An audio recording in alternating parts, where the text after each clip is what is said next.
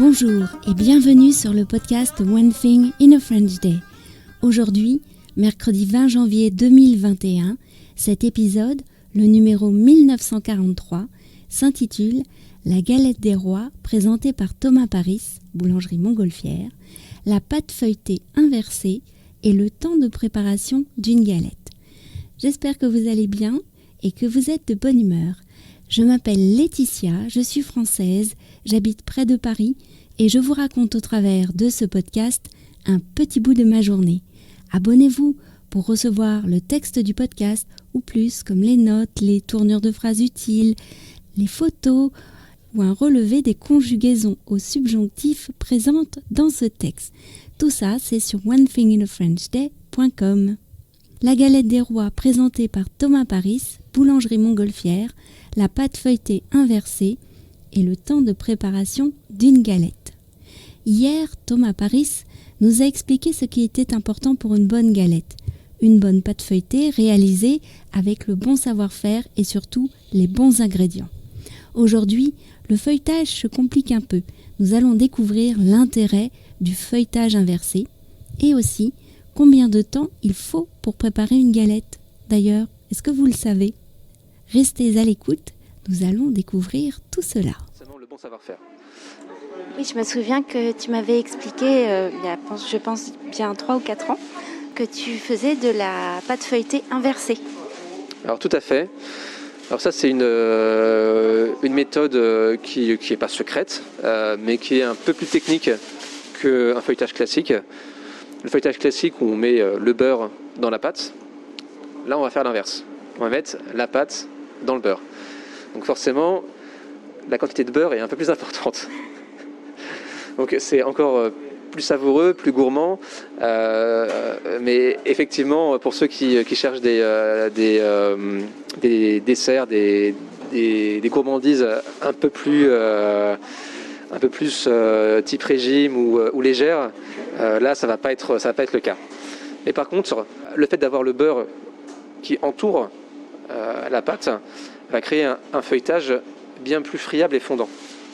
Donc encore une fois, sur la première attaque qu'on va croquer dans cette galette, eh ben, la sensation du feuilletage ne sera pas la même. Parce qu'on a vraiment ce goût de beurre qui va venir tout de suite, qui va venir en petit pétale sur le palais. Et forcément, ce sera bien plus savoureux, bien plus croustillant presque. Parce que vraiment la friabilité du feuilletage est très fine et très agréable. Ça prend combien de temps de préparer une galette du début jusqu'à la fin ? Quand on la fait bien, c'est 3 jours. On peut faire plus, mais 3 jours, c'est vraiment bien. Ce qui laisse 1 jour pour préparer le feuilletage. Donc mettre la pâte dans le beurre donc, et mettre tous les tours nécessaires sur une journée entière. Laisser reposer. Le lendemain, étaler. On détaille les disques à la bonne taille, on garnit la galette, on la referme et on laisse reposer encore une nuit. Et le lendemain seulement, on la cuit. Tous ces temps de repos, c'est pour que toute la pâte puisse se détendre un maximum. On est forcément sur des farines de blé, et dans le blé il y a des protéines qui donnent du gluten, et même s'il y en a même peu, même si on pétrit peu, même s'il y a assez peu de force, de corps dans nos pâtes, on a quand même du gluten qui se forme et qui va avoir tendance, après un travail, à se rétracter.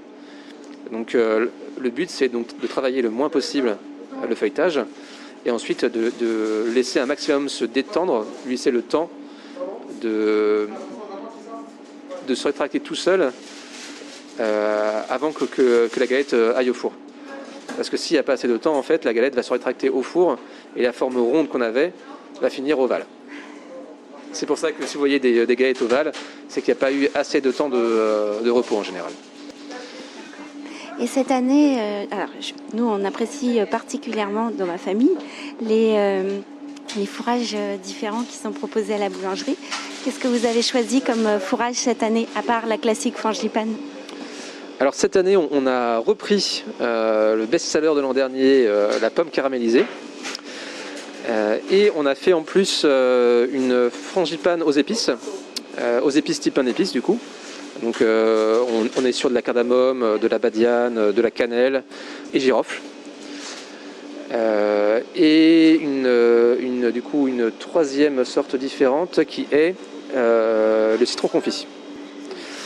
Voilà, en le dosant légèrement parce qu'en fait ça reste un petit peu amer, donc il faut le sentir, mais comme la frangipane est aussi très goûtue, il faut trouver le bon dosage pour sentir le citron, mais sans en mettre trop, sinon on va virer un petit peu sur de l'amertume. Et sur un dessert très gourmand comme ça, c'est pas forcément le genre de saveur que l'on recherche. C'est une aventure. Ça fait envie, non ? Eh bien, demain, nous parlerons de l'état d'esprit des Parisiens tel que le ressent Thomas Paris dans sa boulangerie. One Thing in a French Day, c'est fini pour aujourd'hui. Je vous retrouve vendredi pour un nouvel épisode du podcast. À bientôt, au revoir.